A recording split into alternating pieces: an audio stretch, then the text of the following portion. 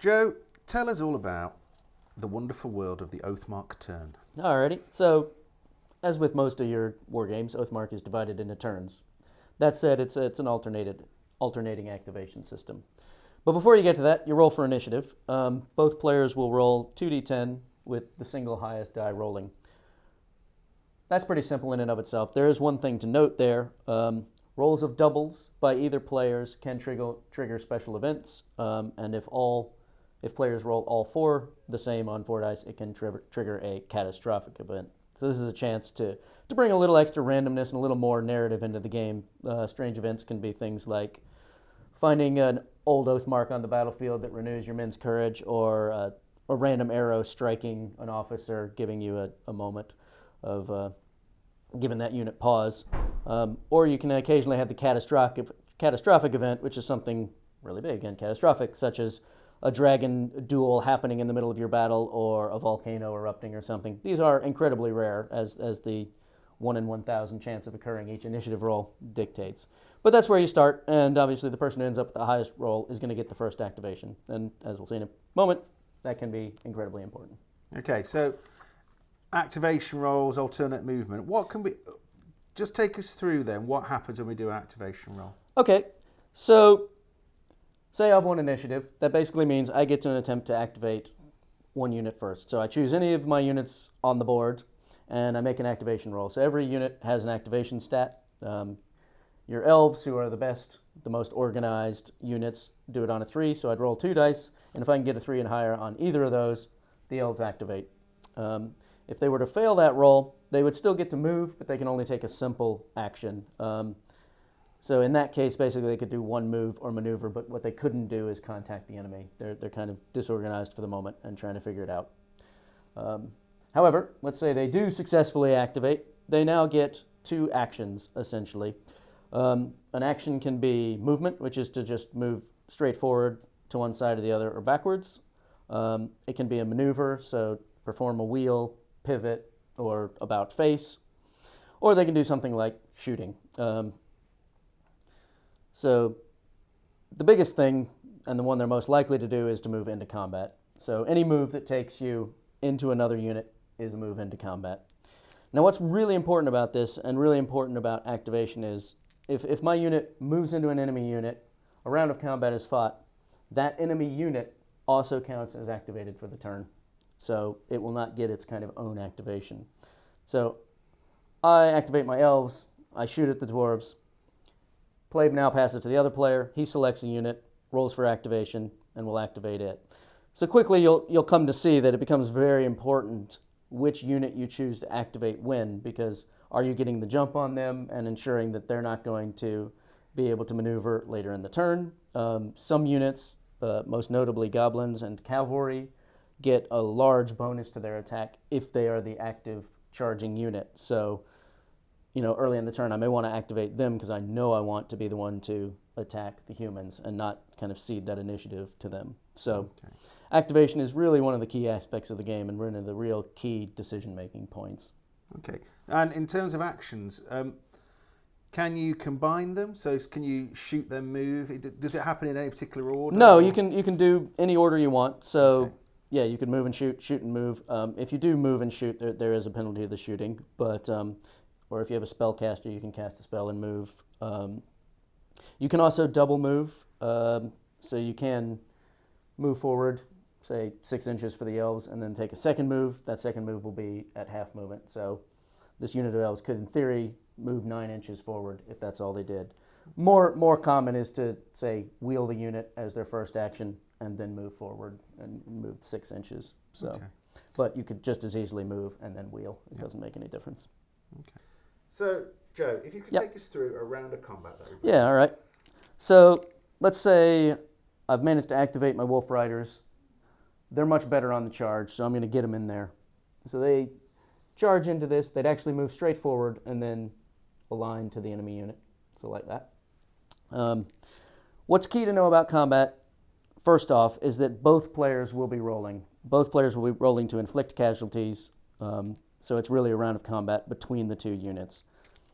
In most instances, both players will end up rolling 5 dice. So it really kind of comes down to how many men you have in your front rank, which will usually be 5 if you have more than 5 men. Some units, really big units, will have multiple combat dice. Cavalry have 2, but your max is always 5 anyway. So you're generally going to be rolling 5. The number of men will be worked into the modifiers, as we'll see in a minute. So we'll start with the defense of the humans, which is defense 9. Then you take the fight of the goblins, which is 2. But they also have charge 2, which means when they are charging, so when they are attacking now, they get an extra 2. So now their target number is 5. So they basically take their 5 dice, and they would roll and need 5s. So inflicting, 4 casualties there. The humans, on the other hand, so we take the Wolf Rider defense of 11. The humans have fight 2, so they're needing 9s. However, the humans have an extra rank, which gives them a +1 bonus, so they're needing 8s. So they'd roll 5 dice, needing 8s, and not doing near as well, inflicting only a single casualty. Yeah. So yeah, pretty bad news for the humans. They lost 4 to the goblins 1. Both units, since both units took casualties, will now have to make morale rolls. This is an activation roll, much like before, except modified by a few things, most commonly the number of casualties. So the humans would have to make an activation roll -4, since they took 4 casualties.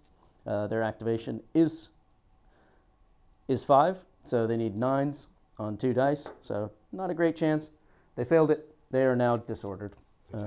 So we usually kind of turn a figure around just to show they're disordered. So they're in a bit of trouble. The goblins, on the other hand, only took a single casualty. However, their activation of 6, so they're not as morale heavy as as some would be, and they're -1, so they would need a 7.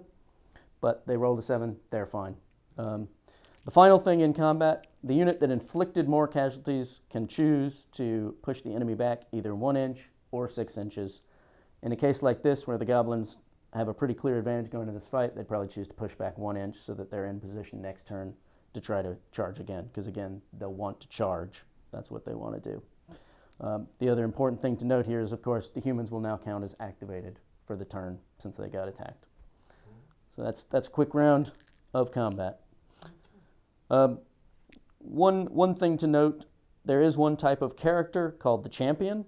So he's kind of a character that can be added to any of your kind of basic infantry units.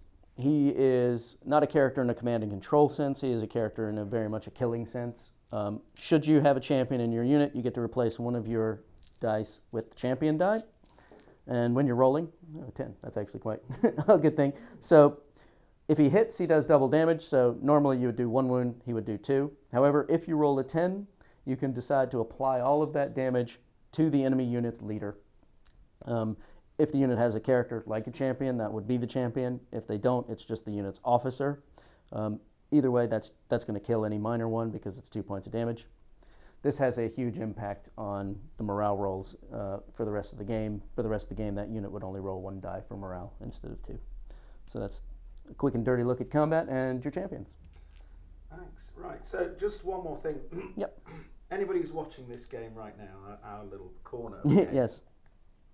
would traditionalists could be quite horrified to see that you've got orcs or goblins in this case fighting alongside elves versus dwarves and humans, which is a more traditional sort of idea. Yep. Is it worth just telling people how much fun they can have with the game? Well, I mean, I think you automatically get a huge possibility of more army combinations than you have in a game where all the elves have to work together. Because here, you're getting to use the wolf riders along with the elven archers, and while that may seem odd at first, it's all balanced by the point values. So you're still fighting balanced army versus balanced army, but you're not only allowing people to create the army they want narratively and to buy and paint the figures they want, but you're getting to play around with a lot of different strategies, because the goblins do play significantly different than the elves. The goblins very much need to be on the offensive. They have to accept they're going to take lots of casualties and their units are going to break. The elves are much more steady, but of course they're going to be smaller units and will stick around even when they take casualties. And so by combining that, we can get some very different styles of play and different styles of games. And why limit when you can open it up? If you want to play an all-elf army, you can, but obviously you can try to do it with mixed units as well, mixed races. Cool. Thank you very much, Joe. No problem. This video has been brought to you by WI Prime, Wargames Illustrated Magazine's online members club. View more videos or find out more about WI Prime by following these links.